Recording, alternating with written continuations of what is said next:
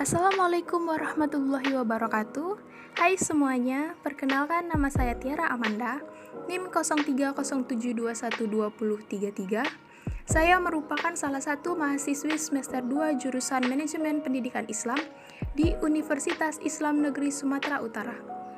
Pada video kali ini saya akan membahas tentang ragam bahasa Indonesia. Mari kita simak bersama-sama. Apa sih ragam bahasa itu?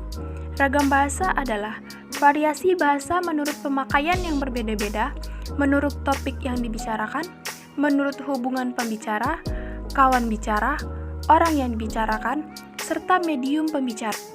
Menurut Fishman tahun 1968, suatu ragam bahasa, terutama ragam bahasa jurnalistik dan hukum, tidak tertutup kemungkinan untuk menggunakan bentuk kosakata ragam bahasa baku agar dapat menjadi panutan bagi masyarakat pengguna bahasa Indonesia.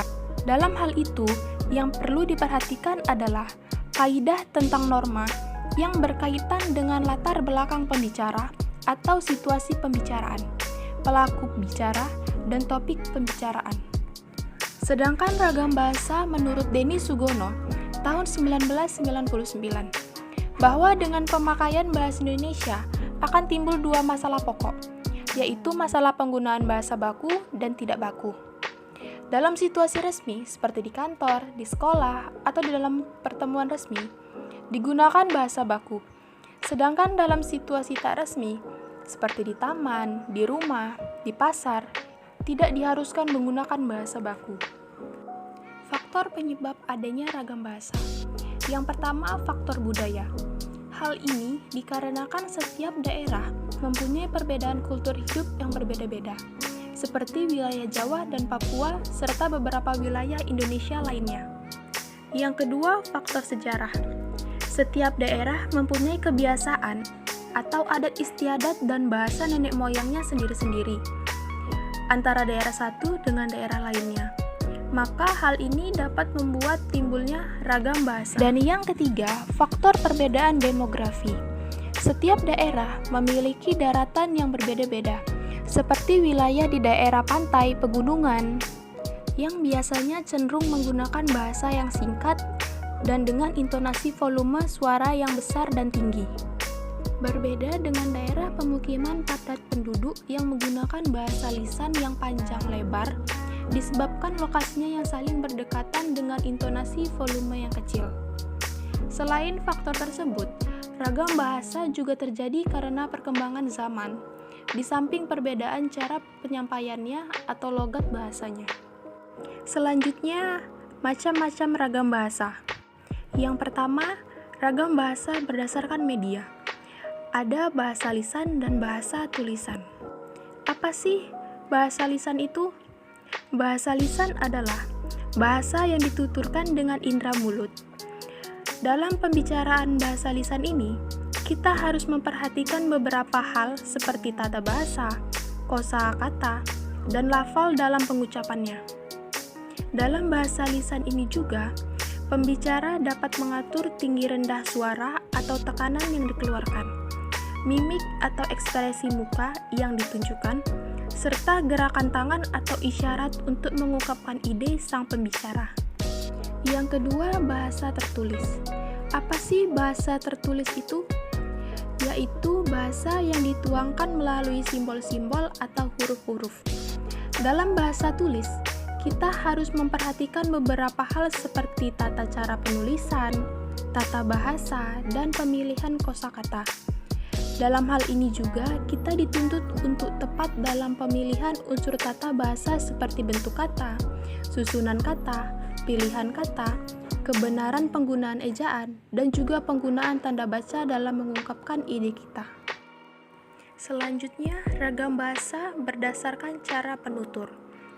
Ada bahasa dialek, bahasa terpelajar, bahasa resmi, dan bahasa tidak resmi. Apa sih bahasa dialek itu? Dialek adalah variasi bahasa pada kelompok masyarakat yang berbeda pada suatu tempat atau tempat tertentu. Bahasa Indonesia orang yang tinggal di Jakarta akan berbeda dengan bahasa Indonesia yang digunakan orang yang tinggal di Jawa Tengah, Bali, Jayapura, dan Tapanuli. Masing-masingnya memiliki ciri khas yang berbeda-beda. Misalnya, logat bahasa Indonesia orang Jawa Tengah tampak pada pelafalan B pada posisi awal saat melafalkan nama-nama kota, seperti Bogor, Bandung, Banyuwangi. Sedangkan logat orang bahasa Bali tampak pelafalan T seperti pada kata itu, kita, cantik, dan lain-lain. Ciri khas yang meliputi tekanan, naik turunnya nada, dan panjang pendeknya bunyi bahasa membangun aksen yang berbeda-beda. Selanjutnya, bahasa terpelajar. Bahasa Indonesia yang digunakan oleh kelompok penutur yang berpendidikan berbeda dengan yang tidak berpendidikan, terutama dalam pelafalan kata yang berasal dari bahasa asing, misalnya kompleks, vitamin, video, film, dan fakultas. Penutur yang tidak berpendidikan mungkin akan mengucapkan fitnah, kompleks, vitamin, video, film, dan fakultas. Bahasa resmi adalah bahasa yang digunakan dalam situasi resmi, seperti pertemuan-pertemuan, undangan-undangan, dan lain sebagainya. Selanjutnya, bahasa tak resmi. Bahasa tak resmi adalah bahasa yang digunakan dalam situasi tak resmi seperti dalam pergaulan dan percakapan pribadi. Baiklah, selanjutnya ragam bahasa berdasarkan topik pembicaraan, yaitu ada bahasa sosial, fungsional, jurnalistik, sastra, politik, dan hukum. Yang pertama, bahasa sosial dan fungsional. Ragam bahasa sosial dan fungsional dapat didefinisikan sebagai ragam bahasa yang sebagai norma dan kaidahnya didasarkan atas kesepakatan bersama dalam lingkungan sosial yang lebih kecil dalam masyarakat. Ragam sosial fungsional sering juga disebut ragam profesional, merupakan ragam bahasa yang diartikan dengan profesi, lembaga, lingkungan kerja, atau kegiatan tertentu lainnya. Sebagai contoh yaitu adanya ragam keagamaan, ragam kedokteran, ragam teknologi, dan lain-lain. Yang selanjutnya, bahasa jurnalistik.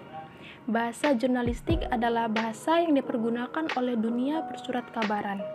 Dalam perkembangan lebih lanjut, bahasa jurnalistik adalah bahasa yang dipergunakan oleh seluruh media massa. Selanjutnya, bahasa sastra. Bahasa sastra memiliki sifat atau karakter subjektif, lentur, konotatif, kreatif, dan inovatif. Dalam hal yang beragam, khususnya terdapat kata-kata, cara-cara penuturan, dan ungkapan-ungkapan yang khusus yang kurang lazim atau tak dikenal dalam bahasa umum. Bahasa sastra ialah bahasa yang dipakai untuk menyampaikan emosi atau perasaan dan pikiran, fantasi dan lukisan angan-angan, penghayatan batin dan lahir, peristiwa dan hayalan dengan bentuk istimewa. Selanjutnya, bahasa politik. Bahasa politik berisi kebijakan yang dibuat oleh penguasa dalam rangka menata dan mengatur kehidupan masyarakat. Dan yang terakhir, bahasa hukum. Bahasa hukum adalah bahasa Indonesia yang corak penggunaannya khas dalam dunia hukum, mengingat fungsinya mempunyai karakteristik tersendiri. Oleh karena itu, bahasa hukum Indonesia haruslah memenuhi syarat dan kaidah bahasa Indonesia. Mungkin sekian materi ragam bahasa yang dapat saya sampaikan, semoga bermanfaat. Bila ada kata saya mohon maaf, kepada Allah saya mohon ampun. Assalamualaikum warahmatullahi wabarakatuh.